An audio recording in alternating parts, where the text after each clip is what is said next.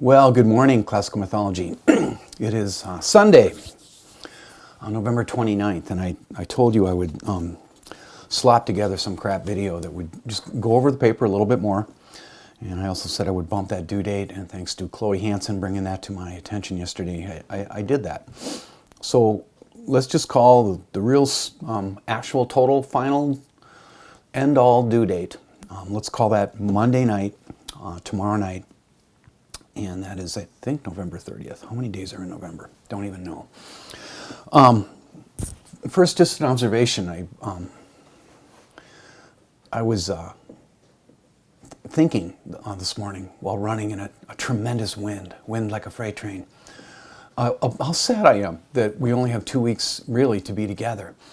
We have 2 full weeks of school, and let's just call ourselves lucky about that. And then finals week comes along. So this is the part where it goes really fast, and I just propose that we just keep being together and doing a little bit of schoolwork, trying to delve a little bit more into mythology, while enjoying each other's company for the rest of the last 6 classes. At the behest of Sue Ellis, I'm not going to kick off class with music.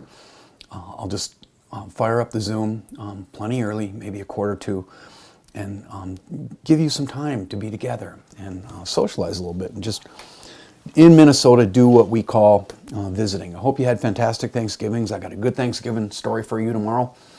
I have I want to kind of gloss over tomorrow, previewing a very important book that was written in the middle of the 20th century called Mythology by a Frenchman named Roland Barthes. My big boy Jeffy stole that book from me.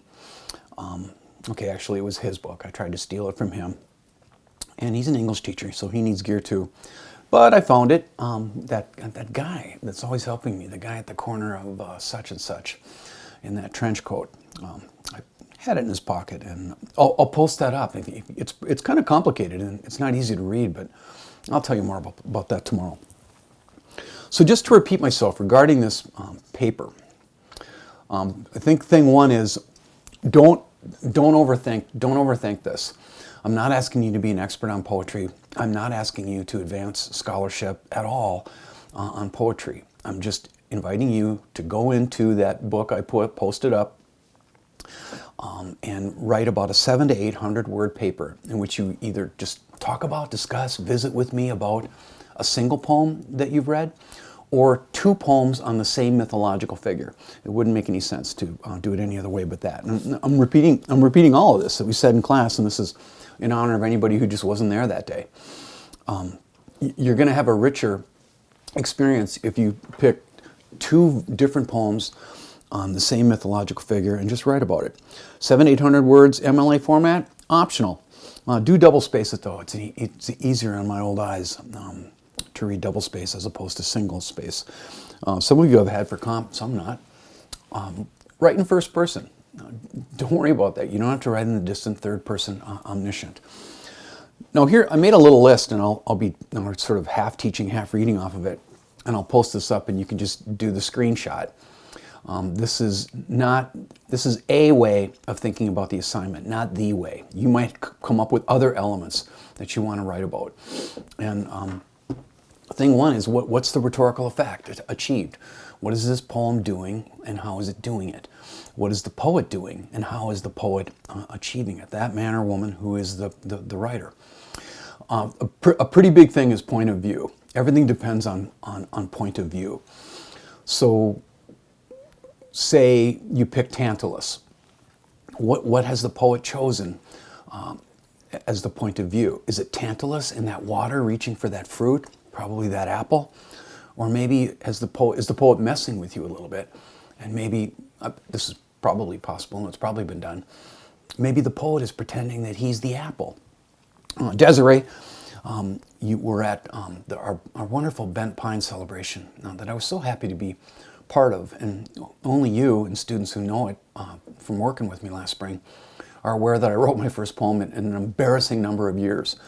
And that poem is about the good thief. Well, the whole trick of the poem, if there is a trick or a tactic, is that I tried to imagine those last minutes of the crucifixion, of the Passion, through the eyes of Dismas. What Dismas was seeing from a really horrific vantage point, being hung with the bad thief and a mythological figure, possibly named Jesus. So have some fun with perspective. What's the viewpoint? Where are we being made to see? To review quickly, tone is the relationship between the voice and a given audience. Attitude is the relationship between the voice and the topic or the subject. And we only have a limited number of tones. Is that tone affectionate? Is that poet that's maybe writing about Sisyphus rolling that rock up that hill, man? Is it condescending? Is it disparaging?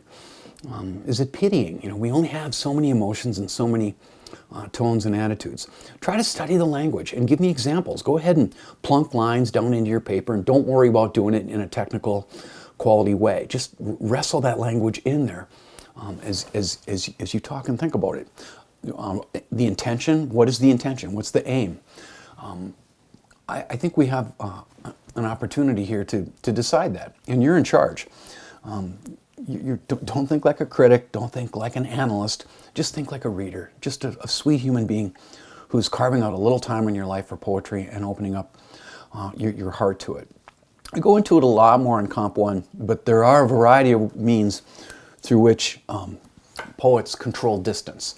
Do you feel close to the voice of that poet, the persona, or do you feel far away? Are you being held at bay? Do you feel close in any way to whoever the mythological figure is, whether a god or a mortal or a demigod? Now, there's something we haven't really talked about too much, at least in this class, and I want to just make it clear. You are entitled to a reader response reaction. In other words, what does this poem make you think of in an associative kind of way? You're free to do that. You can take it too far, and some readers do.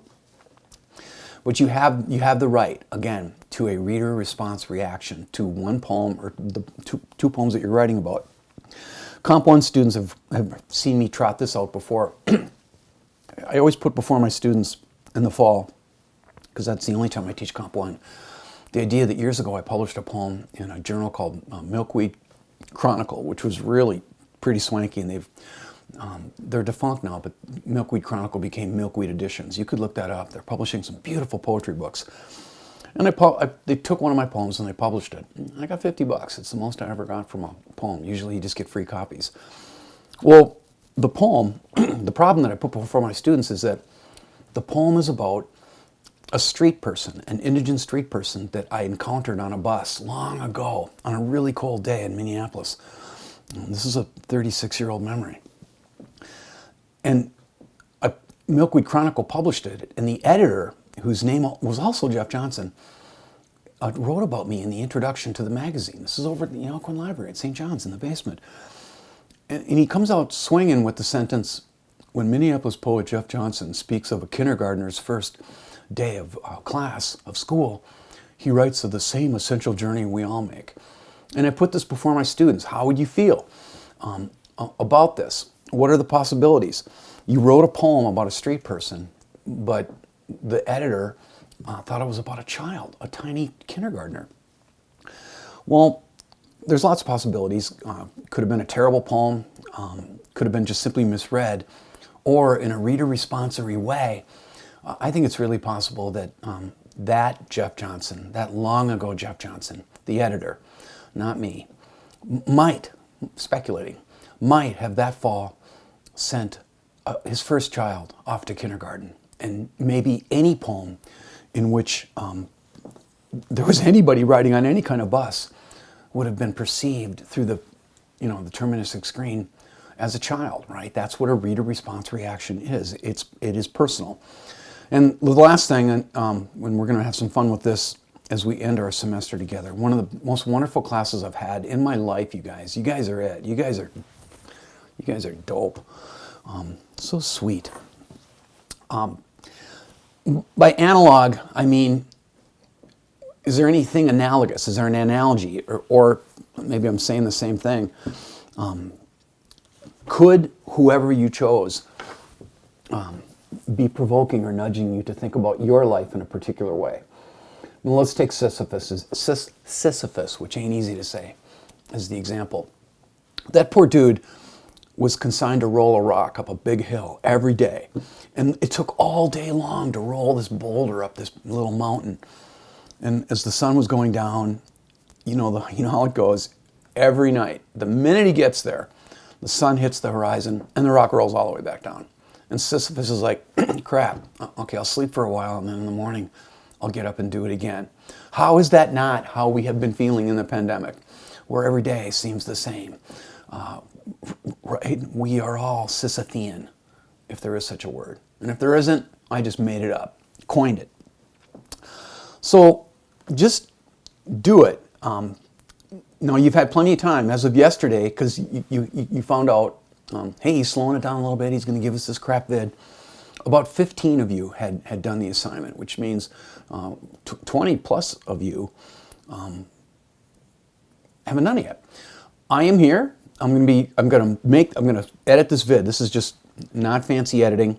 I'm just going to slap this together, throw it into Final Cut Pro, whip over to St. John's, load it up, and I'm here all day long. I'm going to be reading journal entries until the sun goes down. I took a little break from school, 3 days off, and I'm here. Feel free to write me. Call me if you have any questions or any concerns. 320-260-4959, number 1 in your heart. I love you, crazy mythologists, and I look forward to our time together tomorrow.